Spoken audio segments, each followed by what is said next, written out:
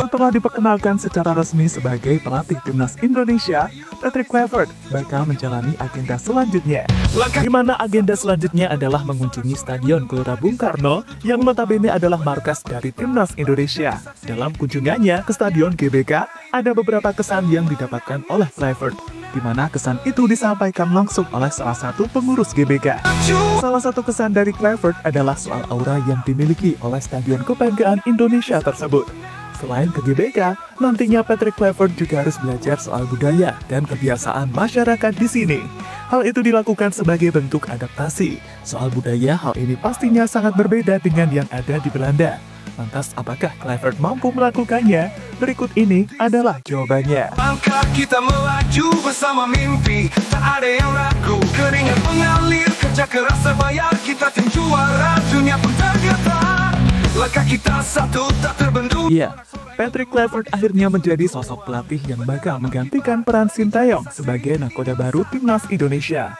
Mantan pemain Barcelona tersebut dikontrak selama 2 tahun dengan opsi perpanjangan. Kini tugas berat bakal menanti Patrick Kluivert, yakni meloloskan Indonesia ke Piala Dunia. Misi yang harus ia tuntaskan tahun ini, karena fans Indonesia tampaknya sudah tidak peduli proses lagi usai mereka dikecewakan oleh PSSI. Untuk mewujudkan misi itu, maka Patrick Kluivert mau tak mau harus segera beradaptasi, karena Indonesia adalah negara baru dalam hidupnya. Di setiap langkah kita melaju bersama mimpi, tak ada yang ragu. Keringat mengalir, kerja keras terbayar, kita tim juara, dunia pun tergetar. Langkah kita satu tak terbendung, sorak-sorai menggema di setiap sudut ruang. Bendera berkibar, langit jadi saksi. Inilah Soal adaptasi, hal ini dimulai ketika Patrick Kluivert mengajak beberapa pemain timnas untuk makan bersama. Tujuan makan bersama adalah agar chemistry mereka terbentuk dan saling mengenal satu sama lain. Pemain-pemain beruntung yang menjalani makan bersama dengan Kluivert adalah Egy Maulana Fikri, Ricky Kambuaya, Witan Sulaiman, Rizky Ridho, hingga Muhammad Ferrari.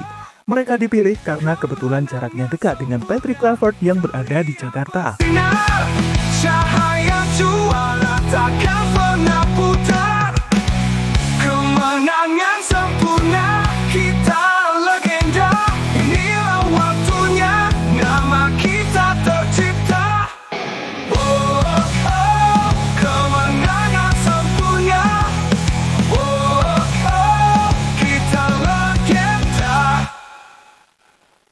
Kluivert berkunjung ke GBK dan mengagumi auranya. Usai makan malam bersama, agenda selanjutnya yang dijalani Patrick Kluivert adalah berkunjung ke Stadion GBK. Ia tampaknya kepo dengan stadion yang selama ini menjadi markas timnas Indonesia tersebut. Dalam kunjungannya itu, Kluivert mengecek beberapa bagian, misalnya bagian dalam Stadion GBK. Selain itu, dirinya juga mengecek beberapa lapangan latihan yang ada di sekitar stadion. Dan sebelum meninggalkan stadion, Kluivert memberikan sebuah salam kepada fans Garuda. Salam itu sendiri diunggah oleh tim media sosial timnas Indonesia. Hi Garuda fans, we're ready for the next chapter.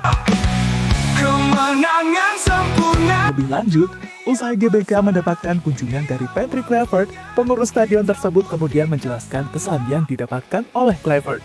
Di antaranya adalah ketika GBK dianggap sebagai stadion yang memiliki aura berbeda, hingga rasa kepo Kluivert soal letak koreo yang sebelumnya dipasang oleh Ultras Garuda.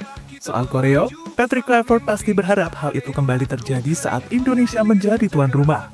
Dan harapan Patrick Kluivert pasti terkabulkan, karena sebelumnya Ultras Garuda telah menyiapkan 3 koreo besar untuk memberikan teror kepada para pemain Bahrain. Patrick hari ini apa aja Pak?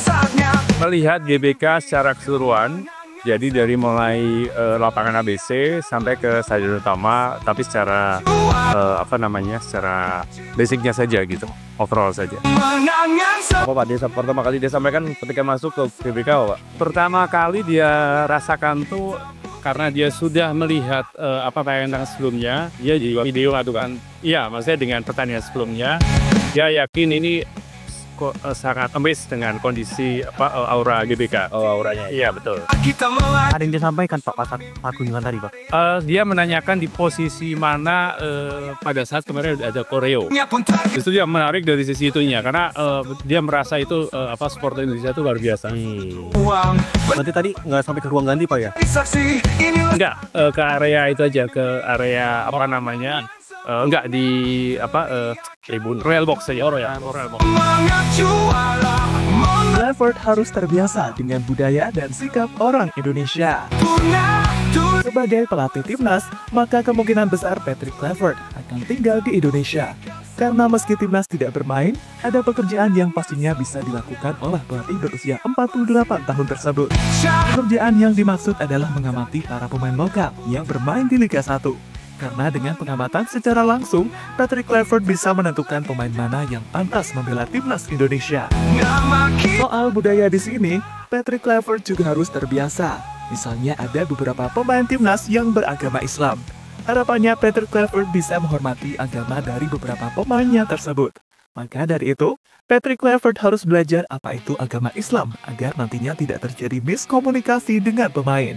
Soal agama sendiri, sebelumnya telah dilakukan oleh Sintayong, di mana ketika azan berkumandang, ia sengaja menghentikan latihan untuk menghormati pemain timnas dan orang Indonesia yang beragama Islam. Melayu. Sehingga kini menjadi tantangan bagi Patrick Clifford apakah dirinya mau belajar soal Islam atau tidak. Menggema di setiap sudut ruang. Bendera berkibar, langit jadi saksi. Inilah saatnya kita raih mimpi. Kemenangan sempurna, teriakan menggema. Semangat juara, membakar jiwa. Kemenangan sempurna, dunia bersorak. Inilah waktunya. Baru datang sudah di prank fans Indonesia. Ada satu hal lain yang harus disadari oleh Patrick Clifford, yakni tentang kegilaan fans Indonesia. Soal ini, Patrick Clifford sudah merasakannya ketika dirinya dirumorkan bakal menjadi pelatih timnas Indonesia. Saat itu, akun Instagramnya mendapatkan komentar yang sangat banyak dari para Ultras Garuda. Puncaknya terjadi beberapa waktu yang lalu ketika Clifford tiba di Indonesia. Ketika di bandara, dirinya ternyata sudah ditunggu banyak fans dan media. Sebuah hal yang pastinya membuat Clifford belum terbiasa dengan perlakuan fans Garuda. Selanjutnya, perlakuan unik kembali ditujukan oleh salah satu fans Indonesia. Jiwa. Kemenangan sempurna, dunia bersorak. Inilah waktunya kita buktikan semua. Hey. Hey. Hey. Hey, hey, hey. Di mana dirinya mencoba melakukan prank kepada Clifford. Fans itu menemui Clifford dan meminta tanda tangan dengan jersey AC Milan, tim yang dulunya pernah dibela oleh Clifford. Getar. Tapi saat meminta tanda tangan itulah, fans tersebut malah mengenakan jersey Inter Milan, yang notabene adalah rival sekota dari AC Milan. Inilah saat Awalnya Clifford protes, namun akhirnya dirinya luluh dan memberikan tanda tangan kepada fans tersebut. menggema. Semangat juara, membakar What are you doing? kemenangan sempurna, dunia bersorak. Kita buktikan semua. Kemenangan sempurna, dunia bersinar. Cahaya juara. What are you doing? Itu berarti. Meskipun kemarin saya sempat vokal menolak Patrick Clifford jadi pelatih timnas, tapi karena keputusan sudah diambil, kita harus semua bersama-sama dukung keputusan tersebut. Demi timnas, demi Piala Dunia. Coach, bahaya Indonesia not the kampioenschap ya. Ja, zeker.